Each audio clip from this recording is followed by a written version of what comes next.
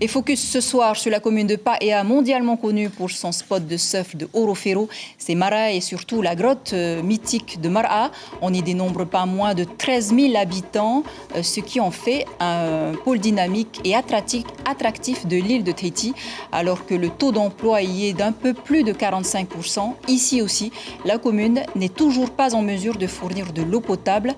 Avec ses 8 856 inscrits, ce sont 33 conseillers qui siégeront dans le futur conseil municipal. Je rappelle que la ville de Paea a été dirigée depuis 1975 par Jackie Graff, qui est décédé le 22 mai dernier.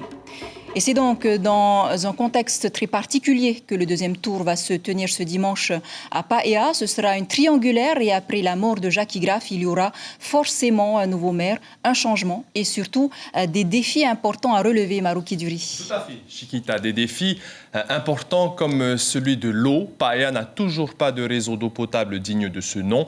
Il en est de même pour l'assainissement et le système de traitement des ordures ménagères. Il est donc impératif de traiter ces gros sujets durant la prochaine mandature. L'année dernière, vous le savez, la Chambre territoriale des comptes a pointé du doigt à travers ce rapport plusieurs problèmes de gestion à Paea.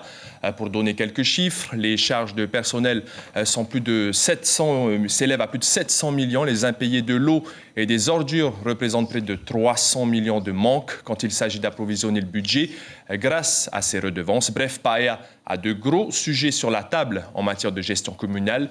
Et puis, il y a aussi le projet de la route du Sud qui traverserait Paea et causerait plusieurs centaines d'expropriations dans la commune. C'est un sujet important que nous allons développer dans quelques minutes avec nos invités qui représenteront les 3 listes présentes au second tour dans cette commune de Paea. On le sait, en plus, Paea, on en a beaucoup parlé ces derniers jours. Le contexte est particulier. Ce débat sera donc très intéressant, on peut vous l'assurer. Merci Marouki, à tout à l'heure.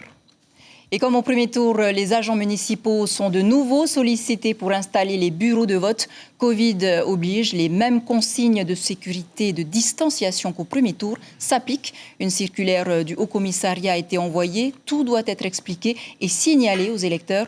Laurence Porto et Hiro Terorotua se sont rendus à l'école de Ahutoru à Aroué où la commission chargée du respect des consignes était réunie.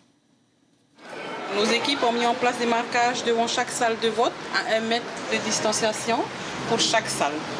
Henanoui François, chef du secrétariat, connaît par cœur le parcours du votant. À la mairie d'Aroué, elle a participé à la préparation des bureaux de vote. Au total, près de 200 personnes chargées de la signalétique des consignes et du matériel. 3 votants maximum en même temps par bureau, distance dans les files d'attente, distribution de masques et de gel hydroalcoolique, nettoyage des locaux. À l'instar du premier tour, tout est fait pour rassurer les électeurs. Ces gestes barrières, en fait, ce n'est pas la responsabilité des moutouilles ou même des sapeurs-pompiers.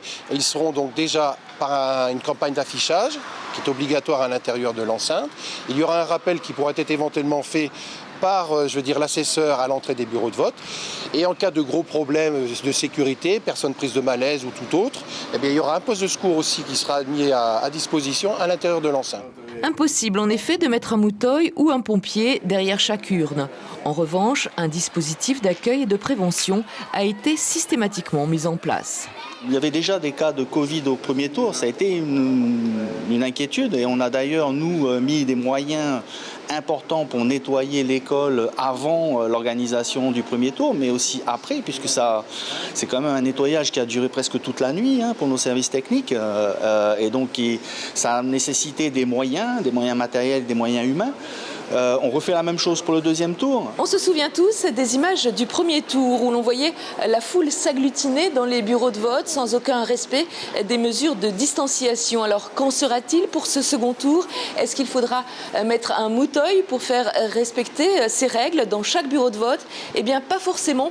On compte surtout sur la responsabilité civique des uns et des autres. Les équipes municipales se donnent jusqu'à vendredi soir pour tout préparer. Les bureaux de vote d'Aroué seront ouverts dimanche de 8h à 19h.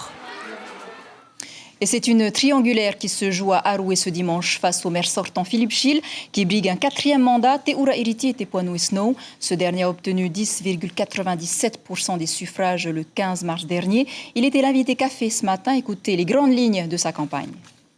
Le premier point de notre programme, c'est bien sûr donner de l'emploi à notre population. Ce que l'on remarque aujourd'hui, c'est que la population de Haroué est obligée, d'abord n'a pas de travail pour beaucoup d'entre eux et sont obligés d'aller travailler ailleurs. La jeunesse de Haroué est en perdition, il faut le dire aussi, parce que malheureusement, il n'y a pas tellement d'activités. Il faut bien se dire que depuis 18 ans, la commune de Haroué n'est pas une commune où il fait bon vivre, mais plutôt une commune dortoir. C'est triste en tant qu'habitant de Haroué de voir cela.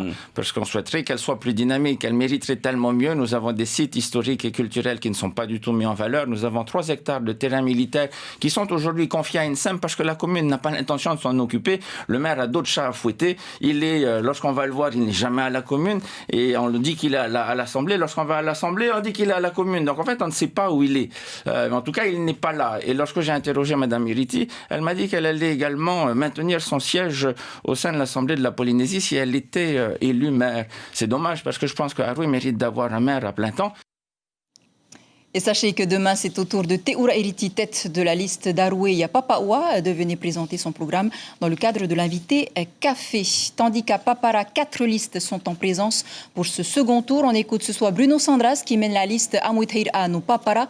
Il est au micro d'Abinera Tematahotua Hiru Terurutua.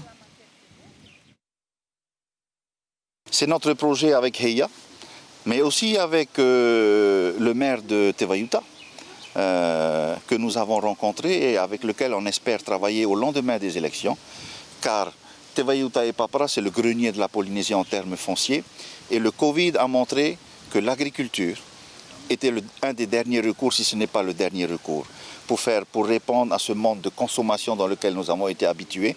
Mais pour cela, nous avons le foncier, il faut promouvoir les produits agricoles, pourquoi pas implanter une unité de transformation des produits agricoles. C'est notre projet, car nous savons que la vie est là. À Huahine également, on va assister dimanche à un combat à 3 cette fois entre le Parti vert de Marcelin Lissan, Moehau Kolombani et Nano Hopara. On écoute 2 des listes au micro d'Eli Maki.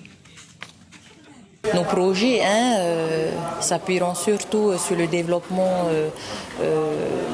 pour notre île, ce qui veut dire le domaine touristique, bien sûr au niveau de la jeunesse, sur l'emploi également.